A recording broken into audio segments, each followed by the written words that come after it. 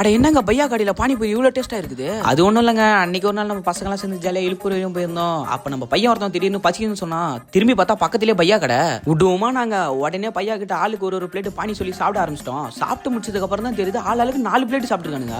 அப்புறம் என்னங்க பண்ண முடியும், பையா கிட்ட ஜாலியா பேச்ச கிச்ச போட்டு சாப்பிட்டதுக்கு காசு கொடுத்துட்டு சன்னமா கிளம்பிட்டோம். அவர் மறக்காம நம்ம பையா கடைக்கு போற எல்லாருமே நம்மளோட மம்டி பைஸ் பேர் சொன்னீங்கன்னா ஒரு பிளேட் 10 ரூபாய்க்கு தான் தருவாரு. வேற சொல்லனாலும் 10 ரூபாய்க்கு தான் தருவாரு. ஏன்னா நம்ம பையா கிட்டே ஒரு பிளேட் 10 ரூபா தான். சரி ரொம்ப டைம் ஆயிடுச்சுன்னு அப்புறம் பசங்க எல்லாம் வண்டி எடுத்துன்னு கிளம்பிட்டாங்க. வர்ற வழியில சரியான டிராபிக்.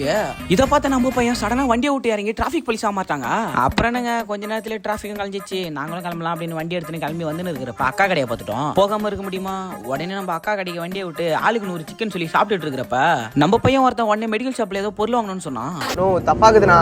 நீங்க நினைக்கிற மாதிரி எல்லாம் ஒண்ணும் இல்ல, பிரஷ் வாங்க தான் போயிருந்தோம். ஆனா நம்ம பசங்க ஏதோ அந்த கடையை வாங்குற மாதிரி இருக்கிற எல்லா பொருளையும் எடுத்து பாக்குறானுங்க. அப்புறம் வாங்கின அந்த ஒரு பிரஷுக்கு பில்ல போட்டு வெளியே வந்துட்டோங்க. கடைசியா போற வேலை சந்தைக்கு போயிட்டு ஃப்ரூட்ஸ் எல்லாம் வாங்கிட்டு வந்து ரூம்ல ஃப்ரூட் சாலட் போட்டு எல்லாம் பசங்க எல்லாம் சாப்பிட்டு சன்னமா படுத்துட்டோங்க.